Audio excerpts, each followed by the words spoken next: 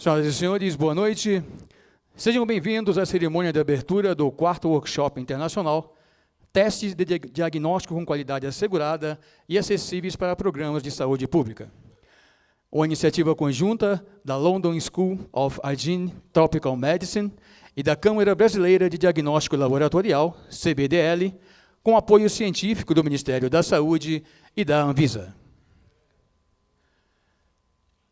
Convidamos para compor o dispositivo de honra as seguintes autoridades: o senhor diretor da Anvisa, Dr. José Carlos Moutinho, neste ato representando o ministro da Saúde, Arthur Quioro.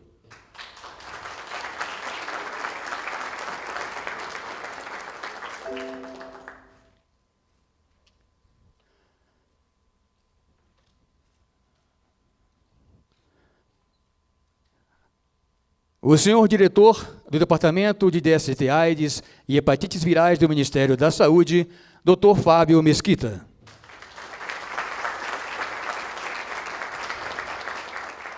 O senhor coordenador-geral de Equipamentos e Materiais de Uso em Saúde da Diretoria do Departamento do Complexo Industrial da Saúde da Secretaria de Ciência e Tecnologia e Insumos Estratégicos do Ministério da Saúde, Dr. Paulo Henrique Dantas Antonino.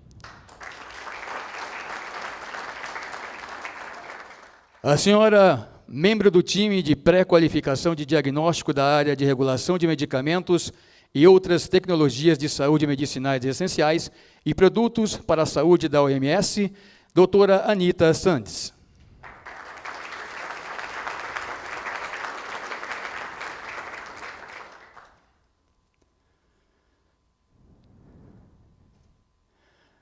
O senhor diretor associado para a ciência laboratorial do Centro para a Saúde Global, do Centro de Controle e Prevenção de Doenças, CDC, de Atlanta, Estados Unidos, Dr. Ronald Ballard.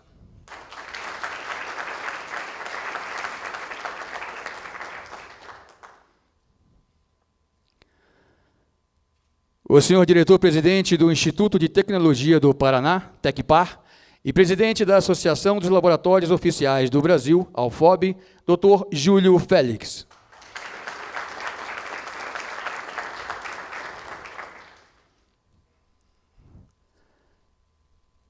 A conferencista desta noite, a senhora responsável pelo Departamento de Pesquisa em Diagnóstico da London School of Hygiene and Tropical Medicine e diretora do Centro Internacional de Diagnóstico, doutora Rosana Pilling.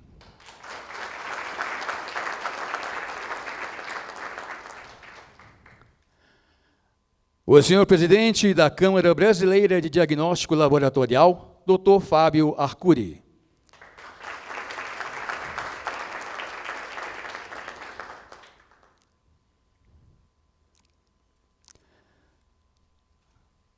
O senhor presidente da Aliança Latino-Americana para o Desenvolvimento do Diagnóstico in Vitro, ALADIV, Carlos Eduardo Paula Leite Gouveia.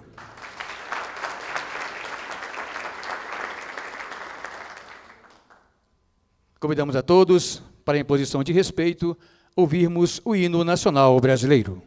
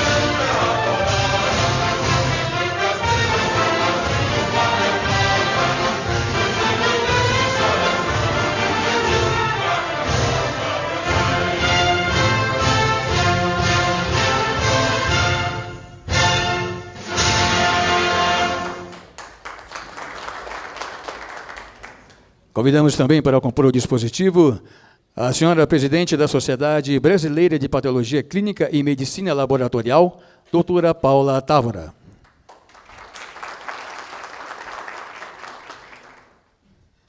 Iniciando os nossos pronunciamentos, convido para uma breve saudação o presidente da Aliança Latino-Americana para o Desenvolvimento do Diagnóstico In Vitro, ALADIV, o senhor Carlos Eduardo Paula Leite Gouveia.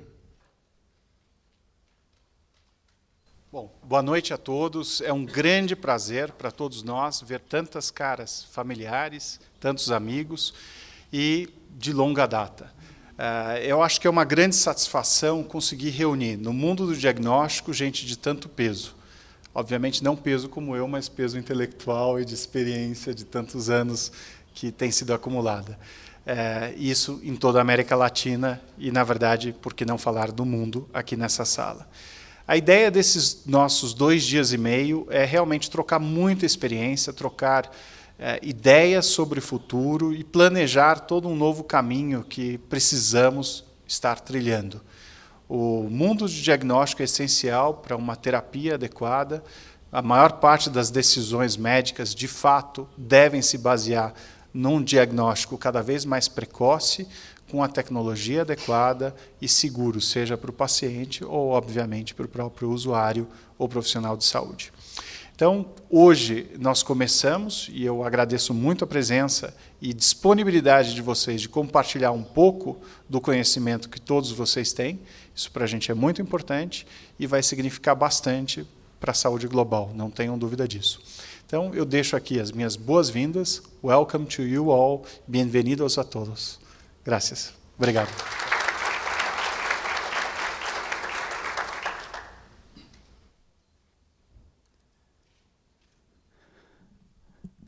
Ouviremos neste momento o senhor diretor-presidente do Instituto de Tecnologia do Paraná, TecPar, e presidente da Associação dos Laboratórios Oficiais do Brasil, ALFOB, Dr. Júlio Félix. Boa noite, caros amigos. Uma satisfação enorme participar mais uma vez desse evento. Desde já agradecendo a oportunidade que nos deram de sediar o ano passado esse mesmo evento. O TecPar, o Instituto de Tecnologia do Paraná e a associação que eu presido, nos sentimos participantes efetivos desse processo, em especial para atender às demandas do setor público brasileiro. Para isso, a minha organização disponibilizou um parque tecnológico da saúde para as empresas interessadas em sediar suas áreas de pesquisa e desenvolvimento, em conjunto com a nossa organização, que tem laboratórios que podem apoiar esse desenvolvimento. Nós, em conjunto com a Fundação Oswaldo Cruz, detemos uma planta de recombinante para... Hoje estamos fazendo os antígenos para o diagnóstico usando o NAT, mas essa planta está disponível para fazermos parcerias e desenvolver novos produtos. Nós temos uma incubadora tecnológica, que, além de empresas nascentes, ela também está disponível para sediar o P&D de empresas de qualquer dimensão nessa área. Fruto já de um consórcio que firmamos o ano passado, com várias empresas nessa área, para o desenvolvimento de um centro de referência em diagnóstico in vitro. Acho que nós temos uma grande oportunidade de somarmos conhecimento, competências, infraestrutura, compartilhar infraestrutura para rapidamente podermos atender as grandes demandas desse país. E esse evento nos dá, com certeza, nos dará luzes para estabelecer que tipo de produto temos hoje disponíveis para atender a saúde pública brasileira. Eu agradeço o convite, tenho certeza que teremos um grande evento, sairemos daqui mais fortalecidos e com parcerias importantes para que o país também cresça, e cresça muito nessa área. Muito obrigado a todos, um bom evento.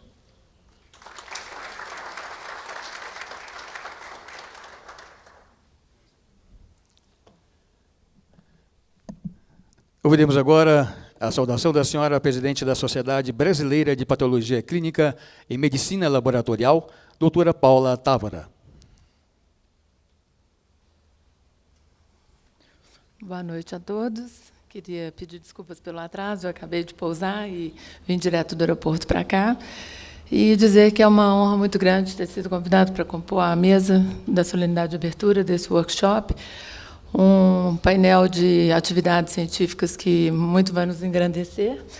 E dizer que, em nome da Sociedade Brasileira de Patologia Clínica e Medicina Laboratorial, nós estamos muito engajados em todas as atividades, não só de pesquisa, como de atividades no setor laboratorial, e também participantes nas atividades do setor público, embora a sociedade científica tenha entre seus membros associados a indústria, sócios, médicos, patologistas, bioquímicos, biomédicos, todos atuando no setor laboratorial, também temos uma grande atuação no setor público, e esse encontro confirma, né, a importância de nós estarmos trabalhando, todas as sociedades e entidades que estão atuando no setor, em parceria, em compartilhamento de informações científicas, para que a gente possa realmente continuar sendo referência e exportando os nossos bons projetos que são realizados no Brasil. Então, espero que a gente tenha aí um workshop bastante rico e um bom evento para todos nós. Muito obrigada.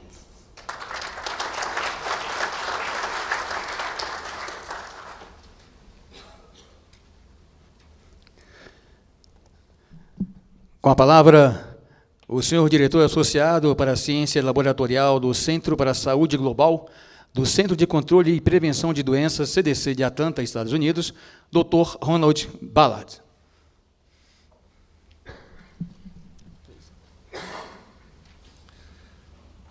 Well, first of all, good evening, and thank you very much to the organizers for inviting me to this meeting. It seems to be a really dynamic group that you've assembled. I wonder why somebody from the CDC should come to such a meeting, because we're not a regulatory agency at all.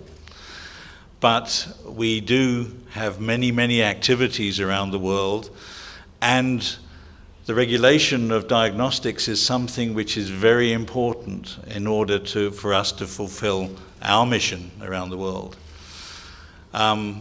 I have largely spent my working life in the field of infectious diseases, and I know that there will be probably an emphasis on infectious diseases in this arena.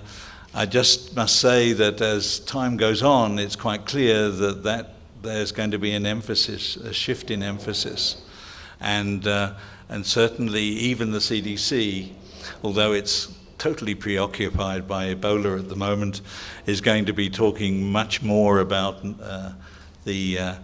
those diseases which really affect the developing countries more and more, namely non-infectious diseases. So I wish you all well. I'm looking forward to learning a lot and making contact with some old friends. It's marvelous. Thank you.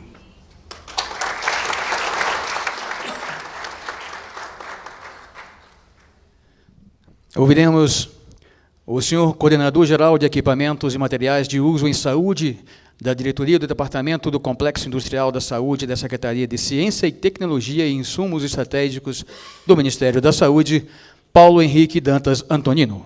Boa noite a todos. É um imenso prazer do Departamento do Complexo Industrial da Saúde estar participando desse evento, e gostaria, de, em nome do Dr. Eduardo Jorge, agradecer essa oportunidade. Estamos exatamente nesse momento em discussão no gabinete do Ministro da Saúde, fechando todas as contribuições da portaria que teve em consulta pública para regulamentar o novo marco legal das PDPs, que é uma importante política do Complexo Industrial da Saúde e que exatamente tem uma sintonia muito estreita com os temas que serão debatidos aqui nesses dias pelos senhores, porque estamos falando de ampliação de acesso e estamos falando de produto com garantia de qualidade. Eu queria cumprimentar o companheiro Moutinho, e, em seu nome, cumprimentar todas as autoridades da mesa. Eu gostaria de cumprimentar o companheiro Carlos Gouveia, em seu nome, cumprimentar todos os representantes das indústrias do setor.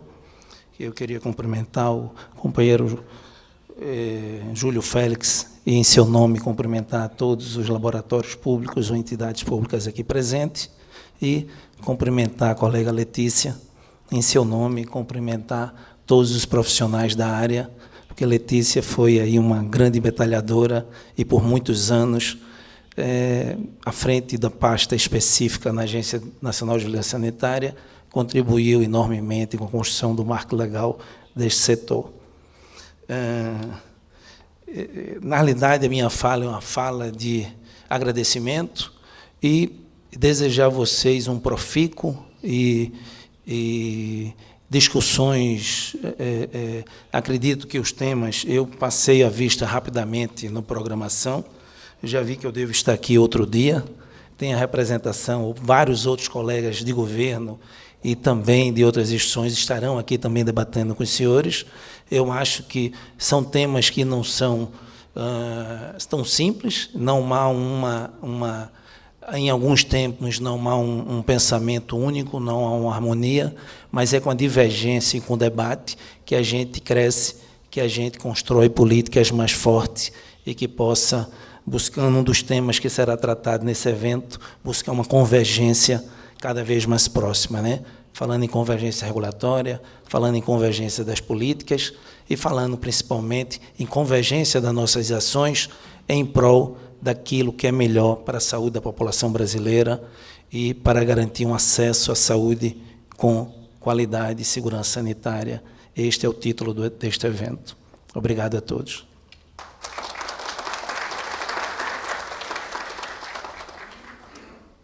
Ouviremos a senhora membro do time de pré-qualificação de diagnóstico da área de regulação de medicamentos e outras tecnologias de saúde, medicinas essenciais e produtos para a saúde da OMS, doutora Anita Sands.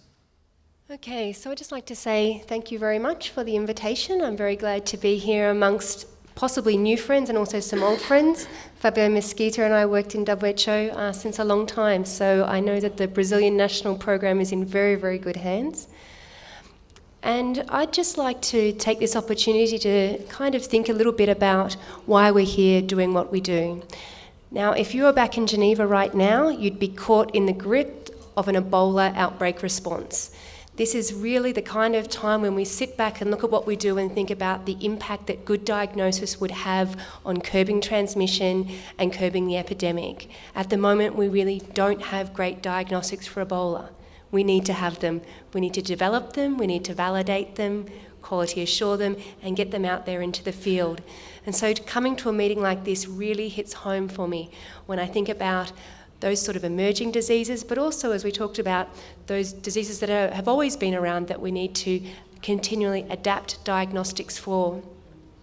I'd just also like to recognise the work that Brazil has done and Anvisa in terms of their work with the IMDRF, the International Medical Device Regulators Forum. WHO is very interested to work with the IMDRF. We're an official observer, and we'd really like to be able to continue this work around convergence of regulatory requirements. And certainly in the pre-qualification program, which I'll talk a bit in more detail tomorrow, we've also tried to adopt this similar sort of approach in order to make it easier for good quality products that are adapted well to come to market early. So we really salute the steps that Brazil has taken, and I really think meetings such as this are the way in which we can infuse this same excitement throughout the rest of the continent, and certainly the rest of the world is looking at you as a model for how to regionalise regulatory convergence and how best to do it. So I thank you very much. Senhoras e senhores, ouviremos agora o senhor diretor da Anvisa, Dr. José Carlos Moutinho, neste ato representando o ministro da Saúde, Dr. Arthur Queiro. Boa noite a todos. Primeiramente dizer que, em nome do ministro da Saúde, parabenizar a organização desse evento e dizer também em nome da Anvisa que me sinto muito honrado de estar aqui. Primeiro, porque eu sou o diretor da Anvisa, em nome dos colegas todos. Apoiar um evento como esse é muito significativo. Segundo, apesar de ser diretor da Anvisa há pouco tempo, eu estou praticamente desde a fundação da Anvisa. E nessa área de diagnóstico in vitro, eu vi o trabalho que a equipe técnica, ao longo desses mais de 15 anos, ajudou a construir esse marco regulatório, que é exemplo e que foi construído com muito espírito de equipe, muito trabalho técnico, muito esforço e muita transparência e profissionalismo. Agora, esse trabalho de equipe, e aí o Antonina, que me roubou a minha homenagem, teve uma liderança muito significativa até pouco tempo, que foi uma colega que trabalhou comigo, que é a Letícia. Mais uma vez, eu peço uma salva de palmas para ela. Ela trabalhou na nossa equipe. Esse marco regulatório na parte de diagnóstico in vitro, com toda a transparência e profissionalismo, teve uma liderança significativa dela e eu tenho que render essa homenagem. Mas o Antonino aí me roubou parte dessa festa, mas tudo bem, ele é meu amigo, mas fica me devendo essa. Bom, eu não sou o Roberto Carlos, sou o Antonino, que fica aí com a... Bom, eu queria falar algumas palavras e dizer que os testes para diagnóstico in vitro de longa data contribuem para o diagnóstico de doenças e condições da saúde humana. São ferramentas de grande valia para profissionais de serviços de saúde no mundo. Desde os tempos remotos, buscam métodos para a detecção de doenças e condições de saúde humana. Com o avanço da tecnologia, os testes de diagnóstico in vitro tomaram uma dimensão que revolucionou a medicina. Softwares e plataformas robotizadas são capazes de executar centenas e até milhares de testes por hora. Metodologias de testes cuja confiança dos resultados beira os 100%, e nos últimos anos é visível o desenvolvimento de testes que utilizam tecnologia de detecção de DNA, RNA, biologia molecular, que vão desde testes para detecção de vírus até testes de paternidade.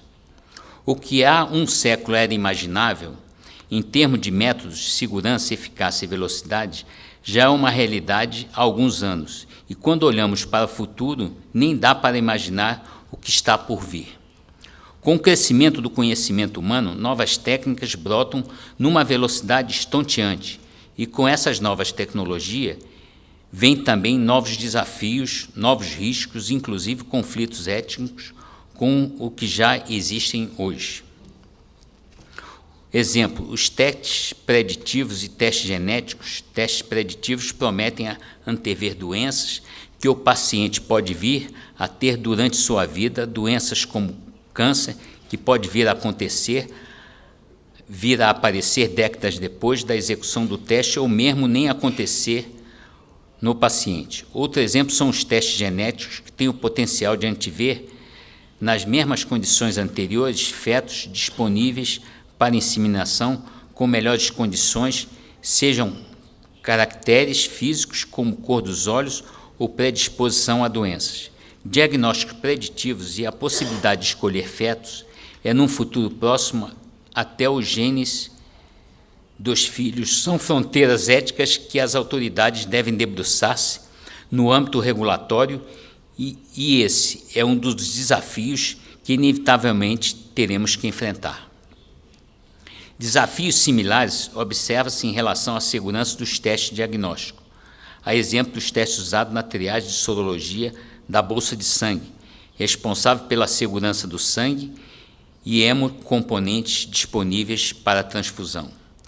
E em meio a esse cenário encontra-se a Anvisa, com o dever de regular o mercado desses produtos e ajudar a garantir os testes e resultados sejam seguros, respeitem os limites éticos e estejam acessíveis, a fim de que os avanços científicos na área da medicina estejam disponíveis à população brasileira, contribuindo para a saúde da população de modo seguro, ético e eficaz.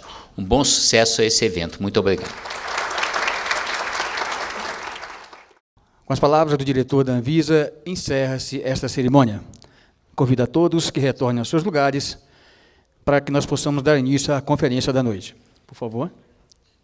Senhoras e senhores, Daremos início agora à conferência sobre o tema o papel do diagnóstico in vitro na realidade dos programas de saúde pública no mundo. Conferência essa que será proferida pela responsável pelo Departamento de Pesquisa em Diagnóstico da London School of Hygiene and Tropical Medicine e diretora do Centro Internacional de Diagnóstico, doutora Rosana Pilling. Thank you very much. Good evening, everyone. It gives me great pleasure to be here. This is our third meeting in Brasilia, and every time we've made substantial progress. And I'd really like to be able to thank all our Brazilian partners who had worked so hard to make things happen. I also like to acknowledge the co-funding from my own government, the government of Canada, that co-funded all these regulatory harmonization meetings in Asia, in Africa, and in Latin America. And I really hope that together with the WHO pre-qualification program, we will achieve regional harmonization so that diagnostics of all different, for all different diseases will be quickly approved if they're good quality and put into use. So Carlos gave me this assignment to talk about the role of in vitro diagnostics in the reality of public programs around the world. Now, I think that right now we do face the use of diagnostics in all different ways. And so I first of all like to say what the roles are for in vitro diagnostics in public health programs, and then give you an idea of the landscape of current diagnostics for infectious diseases. Some of the needs are met and most are unmet. And then I would briefly go over some of the advances in diagnostic technologies and the way forward. Now, I think all of you are familiar with the role of diagnostics in clinical management. So we have diagnostics for diseases for which there are no symptoms, especially in the early stages, but if we don't do anything about detecting them, there will be very serious consequences. For HIV, everybody's familiar. For syphilis, if a pregnant woman is not screened for syphilis, the baby may die of stillbirth or die of congenital syphilis. So the screening is very important to detect these infections before they have a bad outcome. We also screen for HPV to determine if a woman is at, or individual is at risk of cervical cancer. But then we also use diagnostics for people who are symptomatic to either rule in or rule out a disease. For generally, we use the diagnostics to rule in an infection when the diagnostics is very specific. Thank you. And when we need to screen for a disease like chlamydia, we want it to be very sensitive. And so when a test is very sensitive, a negative result means that you could rule out a diagnosis. We also use diagnostics for different ways during an intervention, such as for HIV-infected people, we use CD4 to know whether they're eligible for treatment. We use diagnostic testing, especially culture and drug susceptibility testing, to know what is the right treatment to give for gonorrhea. We also use a test of cure to know when to stop treatment. And we wish we have one for leishmania because that's a very difficult disease to know when to stop treatment. Now finally, we also use diagnostics to look at the efficacy of an intervention, such as for HIV viral load. For anybody who's on treatment, we use viral load to monitor if they are still virally suppressed.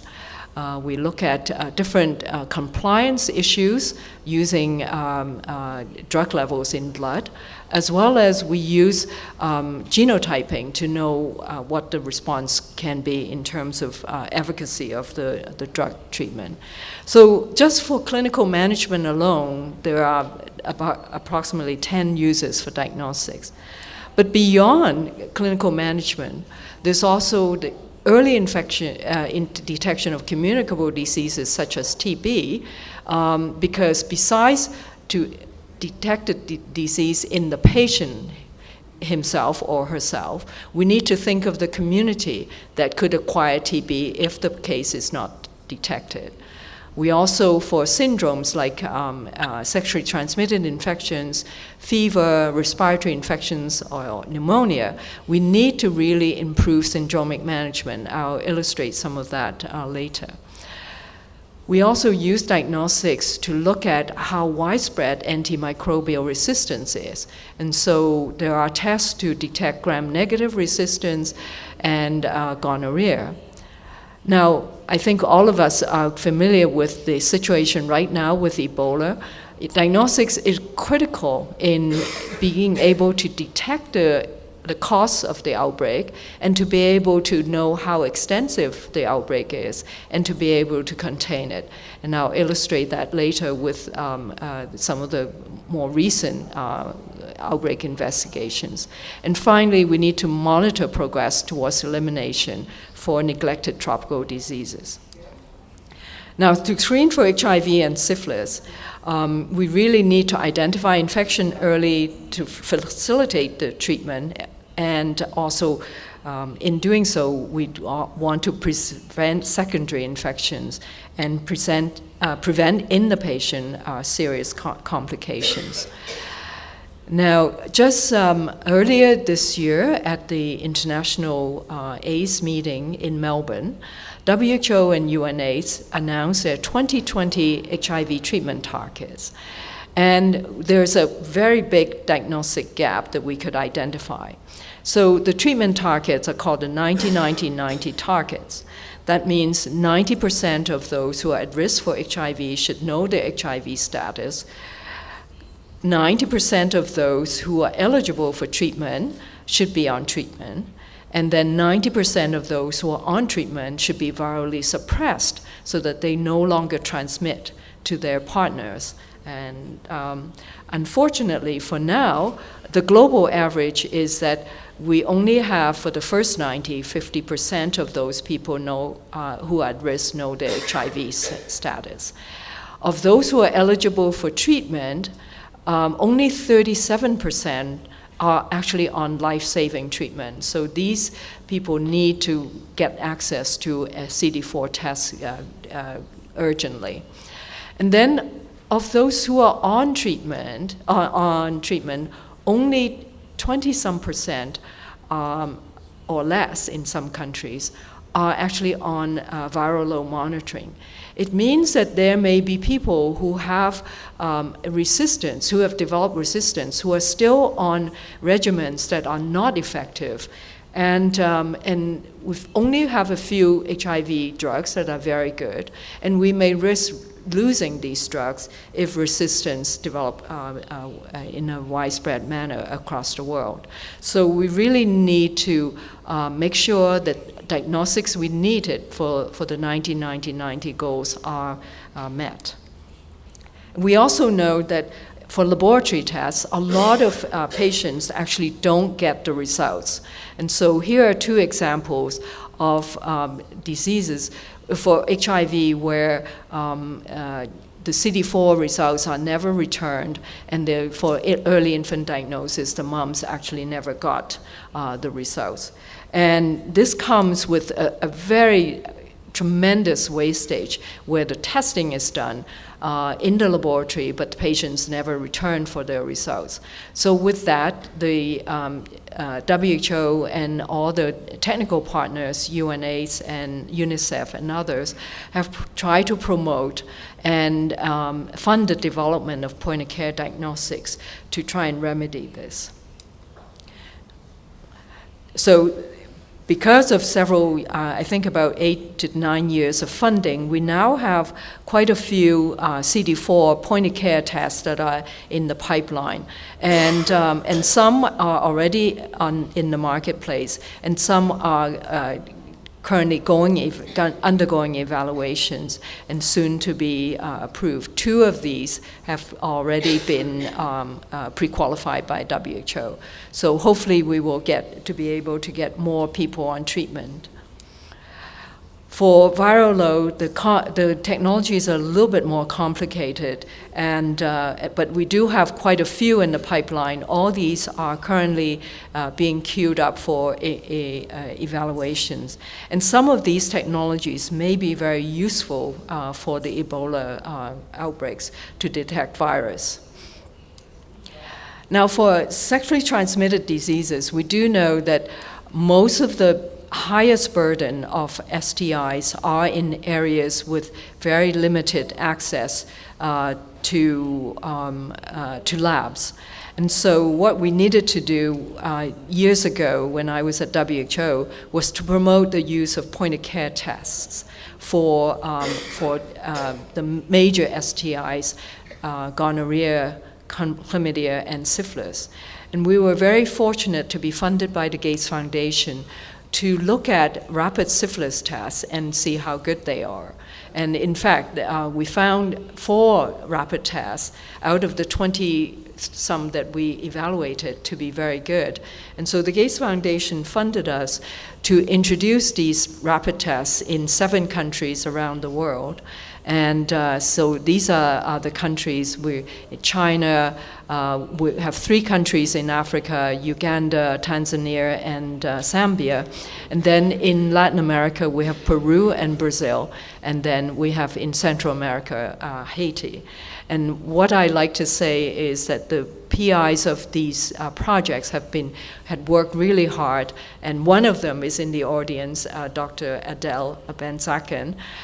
She led the Brazilian project, and all of them worked so hard that all 7 governments changed their policy to include rapid tests in the testing algorithm, screening algorithm, before our research was even finished. And so this project was actually written up in the WHO health report as an example of how to conduct implementation research. And I really have to thank the PIs for doing that. And so one of the things that we found, besides having a test that is more accessible, is that actually rapid tests can strengthen health systems. In Peru, our PI found that women have to come to the biggest maternal hospital in Lima several times over 27 days in order to get HIV and syphilis screening. And so you could imagine a lot of them, after 1 or 2 visits, will just not come anymore. But with the rapid test, this has changed. It's now all done in 1 day, and in fact, in 1 hour. And so really for rapid tests, we could look at how to strengthen health systems. Here's a picture of the outcomes of the research. We have the First Lady of Zambia getting the toolkit on how to screen for syphilis. She's actually an OBGYN, so she's very, very curious about how we did this and wanted to make sure that all of Zambia would scale up. Here's a Brazilian team screening in the Amazonas forest, both HIV and syphilis. The Premier of China announcing the rapid syphilis test being used in the new 10-year policy to end syphilis in China. And here's the Peruvian team with their champions.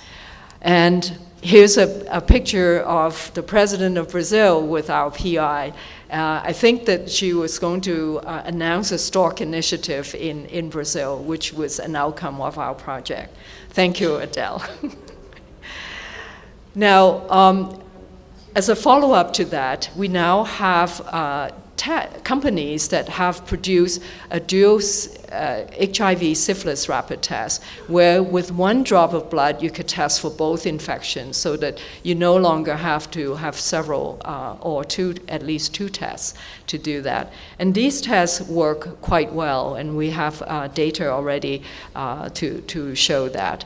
And we have another technology which will be presented tomorrow, the DualPath technology from ChemBio, that also can I guess include up to 4 different tests, including HPV and HBV and HCV.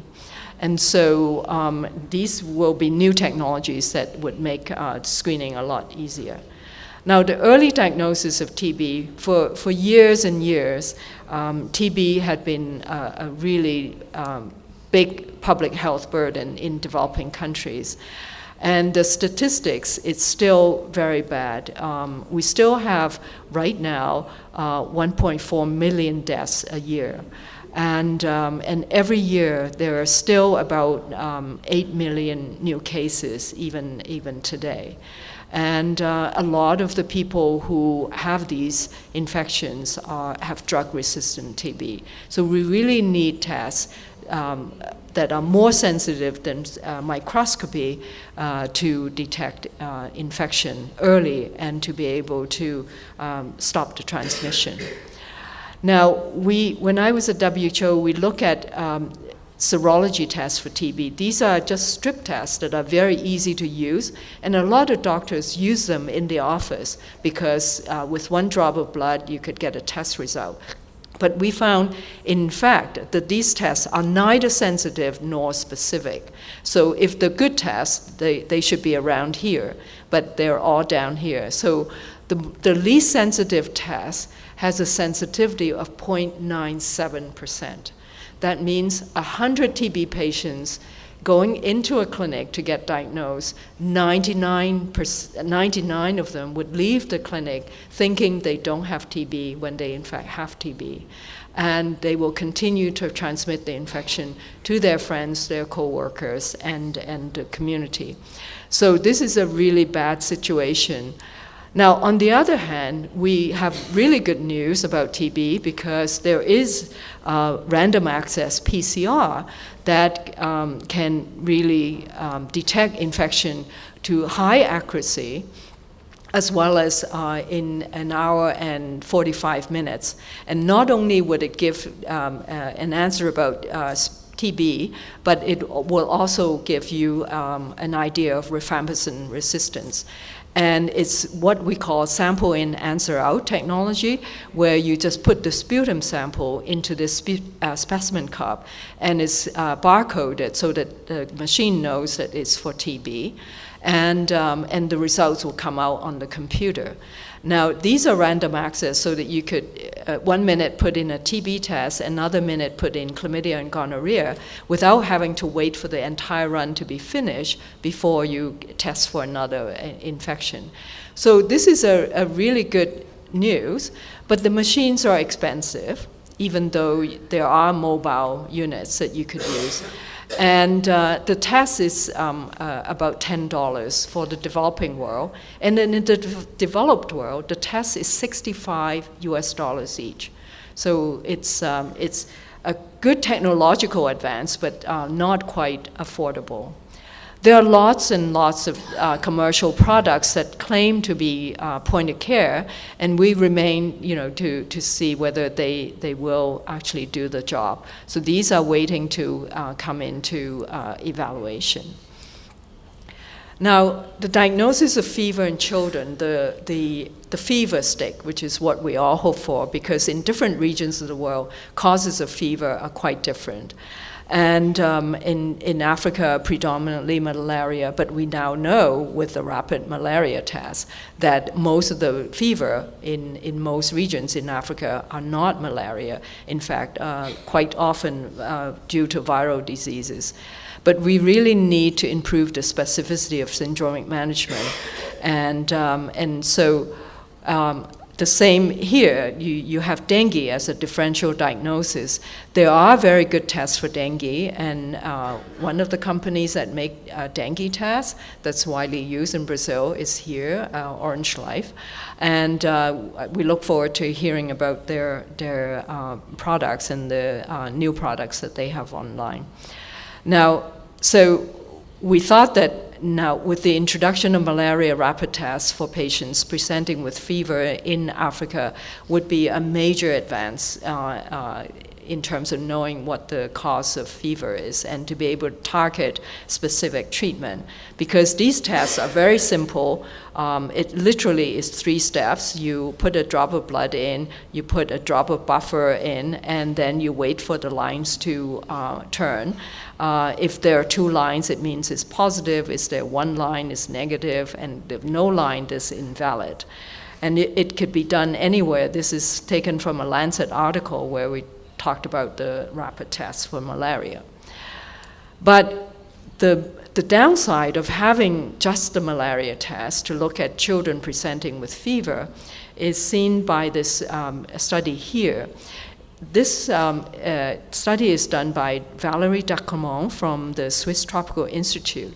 What she did was she monitored antibiotic prescription in Dar es Salaam before the introduction of malaria rapid tests and after.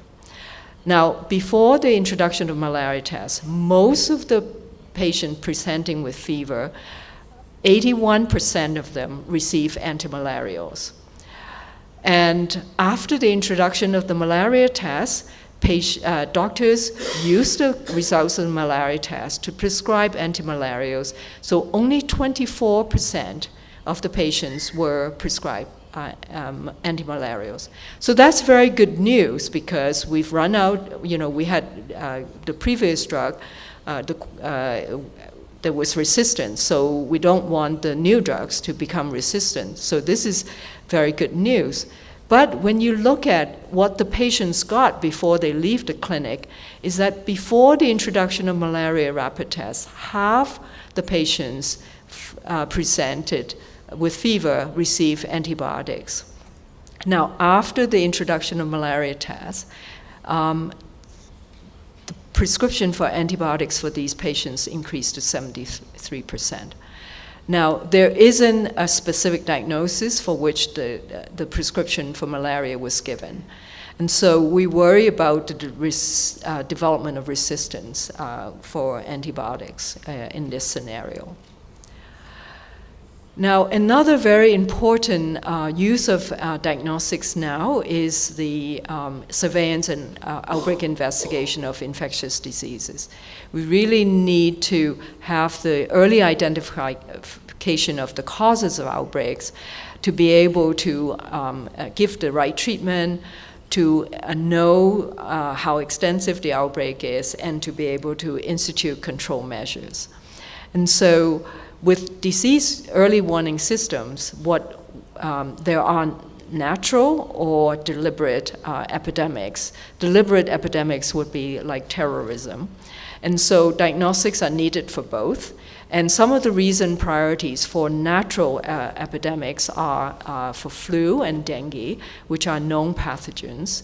And there are quite a few diagnostics that could be used for both. Now, of the emerging and re-emerging infections, there's Ebola, and I'll talk a little bit about that. And then there are novel pathogens that were recently discovered. And so if we look at one of the ones that is still happening a lot in the Middle East is the Middle East respiratory syndrome caused by a coronavirus.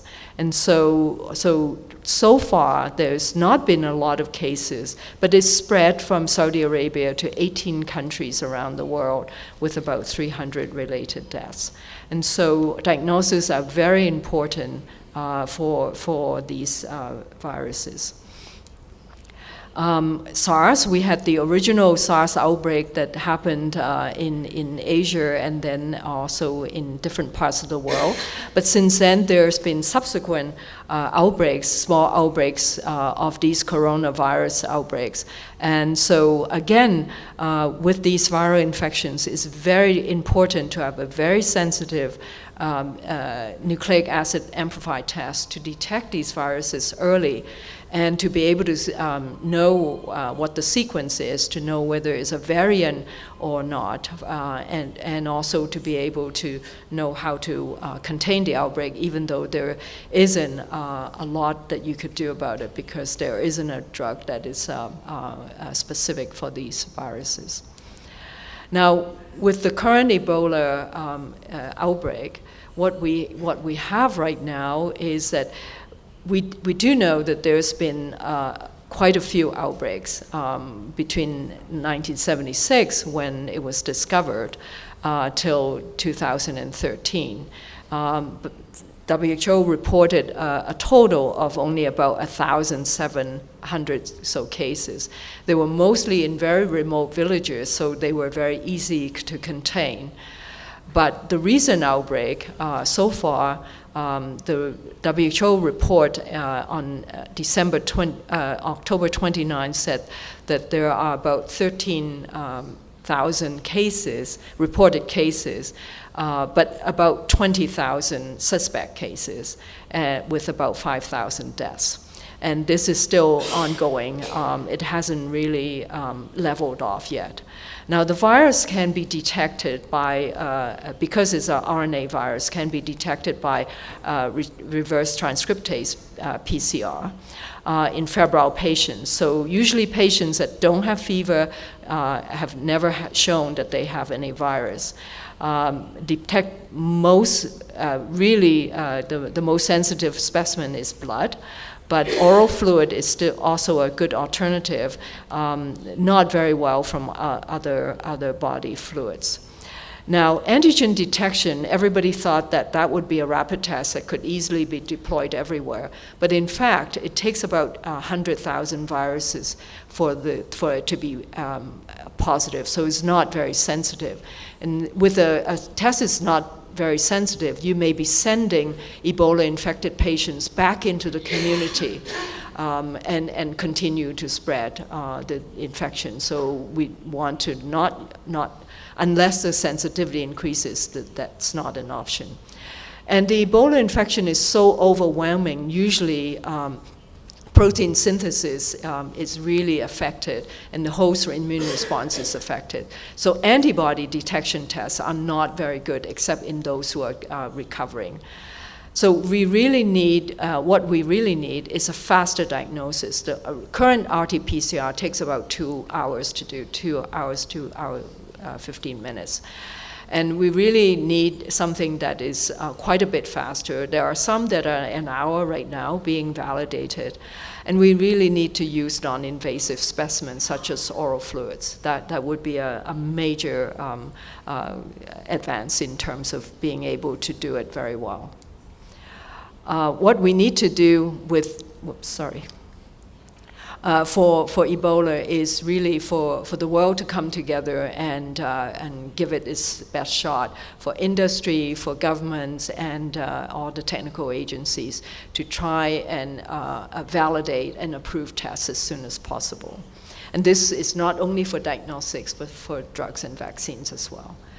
Now, we do know that 7 neglected tropical diseases have been identified for elimination. And what I like to point out is that the diagnostics are really important for mapping disease burden to inform policy and control strategy. So you could see here some of the tests that are being used. Only very few of the tropical diseases really can be usually diagnosed by clinical syndromes. For schistosomiasis, for example, the use of diagnostics can inform control interventions as the disease intensity decreases, as the prevalence goes down after rounds and rounds of mass treatment. So when disease prevalence is high, microscopy works well enough. But as the disease prevalence goes down, the intensity of the egg burden is low. And so you really need increasingly more sensitive tests. And also because you're doing it on a population basis, you need high throughput tests. So that's quite a challenge to be able to have very sensitive, very specific, but high throughput tests. And so that remains a challenge for everyone. We also want to be able to look at surveillance, not using a separate test and a separate platform for each one of these diseases. If you look at the sentinel population, for most of these diseases, it's children between the age of 5 and 10. And so if we're going to take blood from these children, hopefully we could actually detect multiple infections instead of one at a time. And so we could take blood spots and to be able to do that. That would be a very, very efficient way of monitoring progress towards elimination or certifying elimination. Now, what are some of the technologies on the horizon? And I know there are lots of them, and because of the time constraint, I can't really show a lot. But here's one analyzer that has been acquired by Roche Diagnostics, and is a technology, again, is a sample and answer out. This is FDA, this device is FDA approved for flu A and B. And there are many other applications that are being put onto this machine. So you could imagine that this can sit in a doctor's office and be used. There are lots of nanotechnologies that are available. So I want to say that there's a company that makes these nanowires for malaria. So with one drop of blood, in about 20 minutes, you could tell whether there's malaria parasites in the blood. You could also tell what species it is, and you could tell what resistance pattern it has with these nanowires. So this is in the very last stages of development right now. There are also these nanodots that would fluorescate with different colors, and you could barcode them and put different analytes into them for detection. So it's a really good way to look at barcoding multiple antigens and resistance hotspots onto these. And there are also nanostars and others as well. So this is quite exciting, and a lot of these applications are being applied to infectious diseases now. Now, with all these technologies, still what we needed to do is to be able to quickly approve the good ones and prevent the bad ones from reaching the market. So there are two issues here in terms of regulation. One is that regulatory science lags behind technological innovation. We have software that we don't know what to do. We have detection that is on cell phones. We have wearable sensors now. We have blood that you could use to detect blood glucose with a remote sensor. And all these really need very vigorous thinking in terms of how to regulate, because especially results that are displayed on a cell phone. And all regulatory oversight in different parts of the world. So in Africa, most of the countries don't regulate in vitro diagnostics, and the same in the Western Pacific regions, whereas in other regions, there's more regulation of diagnostics. But WHO pre-qualification and other partners and our regulatory harmonization project also looks at building capacity in countries, and we'll talk about this tomorrow. Now, with the new technologies, we really need to think about where to place them, because not every point-of-care test could be placed down at the lowest level of the healthcare system, where most people present for testing. It's because, not only because maybe there are environmental demands that cannot be met, such as high heat, high humidity, dust, etc., but also, is there linkage to care? This has to be looked at. And I think that usually point-of-care technologies are more expensive than high-throughput lab technologies. What price are we willing to pay for increased access into the lowest strata of the health system? That's a really difficult question to answer right now. We also have the opportunity right now with all these new devices, they all have transmission possibilities. So we could actually look at linking up all the diagnostic testing within the labs with the lab information system, as well as all the point-of-care diagnostics being the data sent to a database, a central database, so that we could have at any one time up-to-the-hour information on what testing is being done in the country, in the entire country, for a particular disease such as HIV or TB. In the UK, we were funded by the UK Engineering and Physical Sciences Research Council to come up with an early warning system for infectious diseases that not only looks at nanosensors and point-of-care diagnostics at different levels of the healthcare system in the UK, but also use social media to look at whether there are unusual happenings, such as mothers keeping their child home from school, etc., to try and look at whether there are outbreaks before they become a problem. Now, at the school, we formed the International Diagnostic Center to try and accelerate access to diagnostics for global health. And I'd just like to say that we work with a lot of partners to accelerate the, not only the evaluation of new diagnostics together with WHO pre-qualification to contribute to country approvals, but also accelerate policy development in countries and adoption of new tests, and also to try and implement quality assurance systems to assure the quality of tests and testing for all the new diagnostics. So in summary, we have a lot of technological innovation for diagnostics that has given us expanded options for improving public health programs. Multiplex testing and bundling of different tests would yield greater efficiencies and allow integration of services. What we really need to know what to do now is to add connectivity so that we know not only what's happening with diagnostics testing, but also we could look at monitoring the quality of the testing. We could improve supply chain management and also have real-time surveillance. What we need to do is to really look at product innovation in the context of patient management and public health needs to maximize the potential of new generation of diagnostics that we will be able to benefit from. Thank you.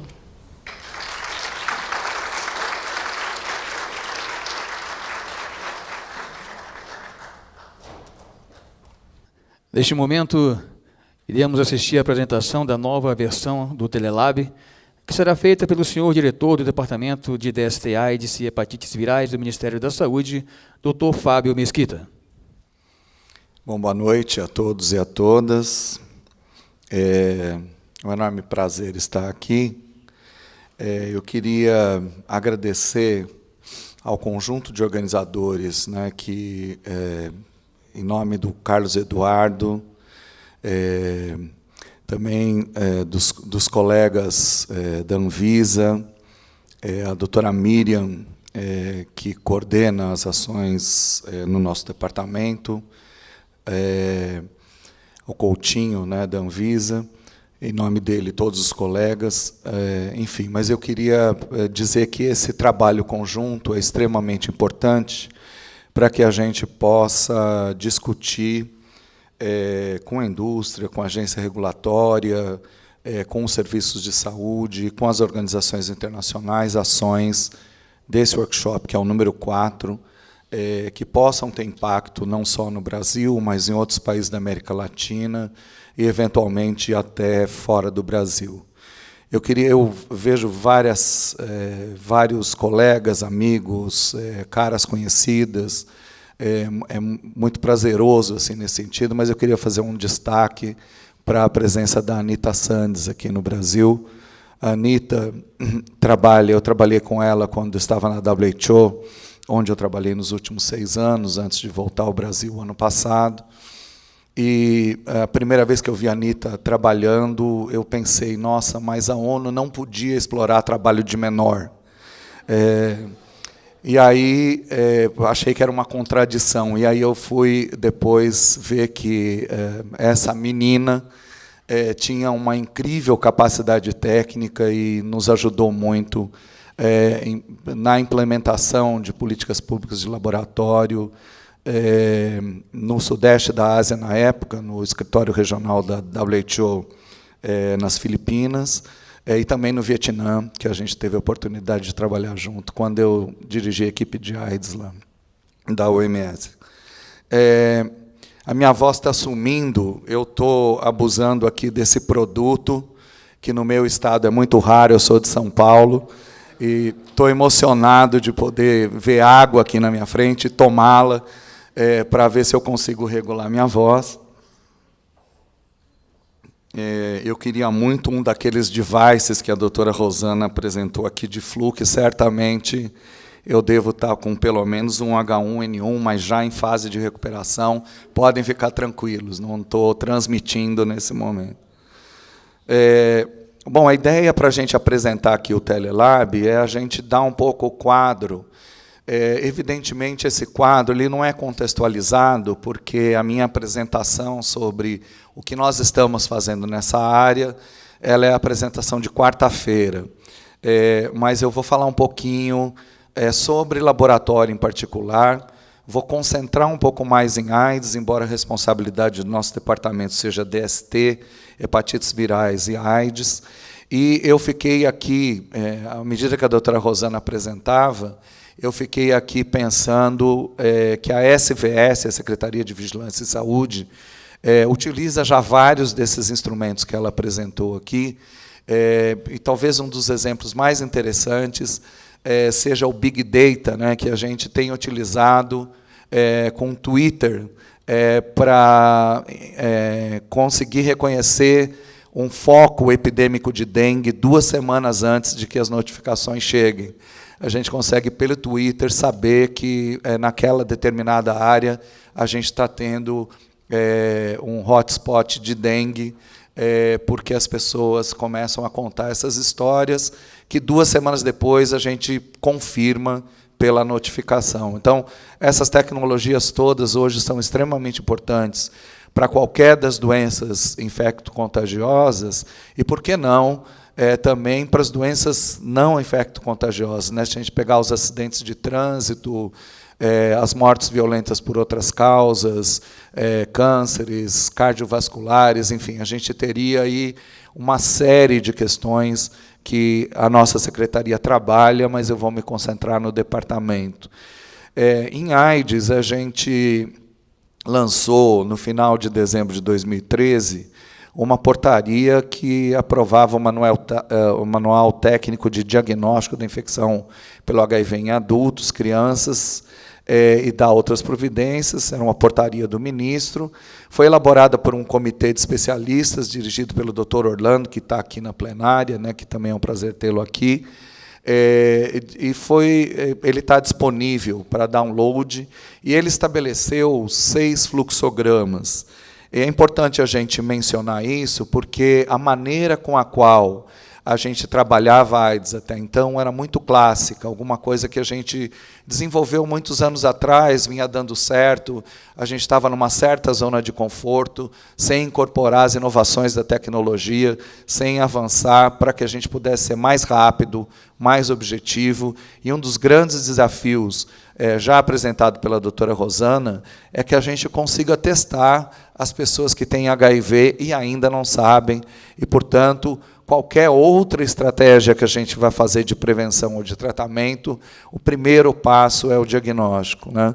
Qualquer forma de diagnóstico, a gente, para parafrasear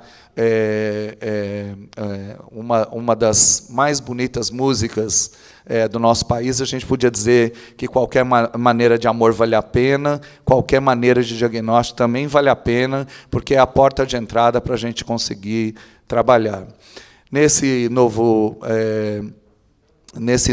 nova portaria, a gente estabeleceu 6 tipos de algoritmo, né, 6 fluxogramas, sendo que 2 são com testes rápidos e um traz uma inovação extraordinária, que é o teste oral, que é por onde a gente tem conseguido chegar nas populações da característica da nossa epidemia, uma epidemia concentrada, e, portanto, conseguir fazer diagnóstico rápido aonde a gente precisa estar, né? Bom, a gente tem uma estrutura também mais sofisticada, essa estrutura do Brasil como um todo, de diversos laboratórios, né? A gente pode ver que a gente tem laboratório de CD4, laboratório de carga viral de hepatite B e C, de genotipagem do HIV e de genotipagem da hepatite C, espalhadas por todo o Brasil. Ou seja, a gente tem uma certa facilidade de conseguir fazer diagnósticos sofisticados, de confirmatórios, exames de monitoramento, etc., em todo o país. Isso nos ajuda muito, isso é a rede pública, a gente nem está falando da rede da iniciativa complementar do SUS, que responde por cerca de 30% dos pacientes do Brasil. Mas só na rede própria do SUS, que a gente tem 70% da rede pública, a gente tem 70% dos pacientes do Brasil, a gente tem uma rede de laboratórios muito bem estruturada. Então, mais ou menos, também a gente procura trabalhar muito a questão da qualidade e tem sempre os painéis, né, para que a gente possa ter uma avaliação externa de qualidade. Esses painéis são produzidos por laboratórios de referência no Brasil, são distribuídos a todos os laboratórios das redes e os profissionais que executam os testes rápidos, os resultados são reportados online, e assim a gente vai conseguindo aprimorar também a qualidade dos exames que a gente está fazendo. A gente consegue identificar que não basta comprar o que a licitação diz que é o mais barato, mas a gente tem um controle de qualidade que nos ajuda sempre a aprimorar aquilo que a gente faz. Isso dá uma certa dimensão dos testes que vêm sendo distribuídos, e aqui a gente está falando só de testes rápidos no Brasil. Essa queda aqui que aparece no ano de 2014 é porque o ano não terminou, esse dado é só até setembro de 2014, mas, por exemplo, aquilo que a doutora Rosana falou, de que o Brasil foi um dos países que trabalhou a implementação do teste rápido de sífilis, e a gente vê a presença importantíssima do teste rápido de sífilis, que foi um trabalho da doutora Adele, que é nossa diretora adjunta no departamento e que foi o PI desse estudo que a doutora Rosana já mencionou, aqui no caso brasileiro. Mas, da mesma forma, a gente tem trabalhado para crescer bastante o acesso aos testes de hepatite B e hepatite C, nos testes rápidos, e, evidentemente, de HIV, onde a gente tem mais tempo rodado, mais estrutura, uma estrutura mais consolidada no país, e a gente tem uma penetração maior. Bom, os testes que hoje a gente trabalha no Brasil, que são da nossa última aquisição, são esses exames que a gente usa para o HIV, que a gente usa para o HBV, para o HCV e para a sífilis, né? e alguns desses exames são produzidos nacionalmente, 2 pela Biomanguinhos, e alguns deles a gente trabalha com algumas companhias que têm representação no Brasil, ou que estão crescendo no Brasil, e que são importantes para que a gente possa desenvolver esse trabalho de teste rápido. Esse é a grande novidade no campo de HIV, que é o teste oral, desenvolvido pela Fiocruz. Ele é um teste oral que, pelo custo do mercado internacional, é o mais barato de todo o mundo, pelo que a gente pôde verificar, e ele nos dá o resultado em cerca de 15 minutos, e qualquer leigo relativamente treinado pode fazer. O que a gente tem usado como estratégia que as organizações da sociedade civil, as ONGs, que trabalham com populações de risco acrescido, essas populações que o serviço de saúde não chega e que eles também não chegam no serviço de saúde, as pessoas que usam drogas, as travestis, as transexuais, as profissionais do sexo, essas pessoas que a gente tem muita dificuldade de acesso, os seus iguais, os seus pares, chegando neles, conseguem trazê-los para o serviço, né? E a gente está apresentando um pouco esse leque de atividades que a gente desempenha para dizer que uma questão muito chave hoje no Sistema Único de Saúde é você capacitar os recursos humanos, né? E você deixar as pessoas capacitadas para, por exemplo, saber ler um teste rápido ou para poder fazer o procedimento do teste rápido. E, antigamente, a gente tinha um esquema que era extremamente sofisticado. A gente chegava numa unidade básica de saúde, chegava para um secretário municipal de saúde e falava assim: secretário, eu preciso que você me entregue os seus profissionais para um treinamento de 1 semana ou para um treinamento de 10 dias. E isso, em alguns lugares, significava fechar o laboratório da unidade ou fechar a estrutura por um bom período de tempo, né? O Telelab ele vem para a simplificação, ele vem como um instrumento de treinamento à distância e que vai conseguir capacitar muito mais gente no país sem aquela exigência de que a pessoa saia da unidade, pare seu serviço, e com isso ela possa ser capacitada de uma maneira mais rápida. Tem certificação, né, a pessoa acompanha, ela vai respondendo aquele aprendizado e recebe uma certificação. Nós também estamos trabalhando rápido para a implementação do autoteste aqui no Brasil. O autoteste vem sendo implementado em vários lugares do mundo. Ele está na Zâmbia desde 2013, na Quênia desde 2011, na França e na Grã-Bretanha desde 2014, nos Estados Unidos desde 2012, e aqui no Brasil a gente vem trabalhando com a Anvisa desde 2013, aguardando que a gente possa colocar mais esse instrumento a serviço do diagnóstico de triagem. Qual é a importância do autoteste, né? O autoteste ele tem uma série de vantagens, e hoje a escola da doutora Rosana, que é a School of Hygiene de Londres, ele já tem a organização convocada do 3º Encontro Internacional de Autoteste, né, que está sendo discutido nas maiores escolas do mundo.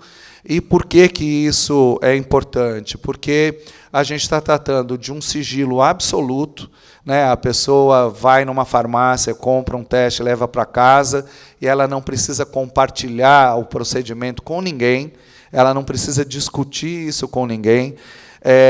Ela pode fazer isso em qualquer horário, num país como o Brasil, né, com um desenvolvimento rápido, intenso, as pessoas todas engajadas no mercado do trabalho, tem muita dificuldade de que a pessoa consiga ser dispensada por 2, 3 horas, meio período do trabalho, para que possa ir numa unidade de saúde para fazer um teste, esperar um atestado ou alguma coisa assim. Em alguns casos, isso é uma dificuldade, e o autoteste traz essas vantagens, sendo que, conectado a ele, tem sempre um telefone 24 horas à disposição, um 0800, uma bela informação de bula, e a pessoa vai relativamente informada a fazer esse teste. Nós fazemos avaliação anual do comportamento da população brasileira sobre o conhecimento que ela tem sobre as questões relacionadas à AIDS. E a grande maioria da população, bem mais que 97%, sabe muito bem como se transmite o HIV, o que é o HIV, a importância dele, o que é a AIDS. Essas informações estão bem disseminadas na população brasileira, segundo estudos que a gente faz anualmente. Então, o autoteste seria uma ajuda importante que nós pretendemos implantar brevemente no Brasil. E aí o Telelab, né? O Telelab é uma estrutura que já tem alguns anos no Brasil, desde 1997, mas nesse último ano a gente reforçou 3 componentes do Telelab que a gente hoje aqui, simbolicamente, está lançando, né? E é esse o objetivo que eu mencionei: facilitar treinamento, facilitar a educação continuada, facilitar a educação à distância e dar condições para que as pessoas nos diversos lugares entendam o significado de um teste de triagem, como que faz depois que triou, para onde que se encaminha, enfim, o que fazer concretamente em relação ao diagnóstico, né? E as peças novas, uma peça de diagnóstico de HIV, uma peça de diagnóstico de hepatites virais e uma peça de diagnóstico de sífilis, que vem com conteúdos bastante inovadores e que estão sendo lançadas, foram lançadas na Expoep essa semana e simbolicamente aqui nesse evento tão importante. Eu vou passar um filme rapidinho e daí eu vou liberar vocês para o coquetel. Eu fiquei impressionadíssimo com a doutora Rosana, porque ela começou a apresentação dela às 7,00 e terminou às 7h30, e eu pretendo tentar copiá-la, o que não é fácil no Brasil, a gente tentar manter o horário com esse rigor britânico, né? E a gente sabe que a doutora Rosana é canadense, mas assim, impressionante o rigor da apresentação dela nos 30 minutos. Eu também não pretendo extrapolar, eu queria passar o filme, então. Criado em 1997 pelo Ministério da Saúde, o Telelab é uma plataforma de ensino à distância voltada para o treinamento de profissionais que atuam na área da saúde, permitindo a realização do trabalho com segurança e excelente padrão técnico. Esse projeto, que já ganhou 2 prêmios, tem atualmente disponíveis 10 cursos, que abordam os temas de forma simples e clara, favorecendo a aprendizagem e o repensar da prática profissional. Os cursos disponíveis são biossegurança, coleta de sangue, doença de Chagas, equipamentos, Neisseria gonorreia, técnicas de coloração de Gram, tuberculose. Os cursos de diagnóstico de hepatites virais, diagnóstico do HIV, diagnóstico de sífilis foram revisados e atualizados em 2014. Foram também produzidos 11 novas aulas compostas por vídeos e manuais. Todos esses cursos estão disponíveis na internet e no site www.telelab.aids.gov.br. O Ministério da Saúde utiliza o Telelab como ferramenta para o treinamento com o objetivo de garantir a universalização do acesso ao conhecimento técnico para o diagnóstico de diferentes agravos. Era isso então, gente. Eu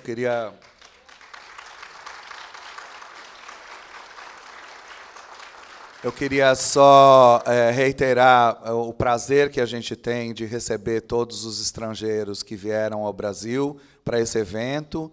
Mais uma vez agradecer aos organizadores e desejar um grande sucesso nos trabalhos de vocês nos próximos dias. Obrigado.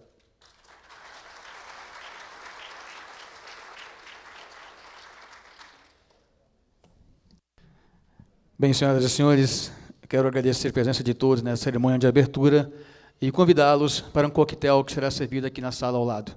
Boa noite a todos e muito obrigado, e até amanhã, 9 horas da manhã. Obrigado.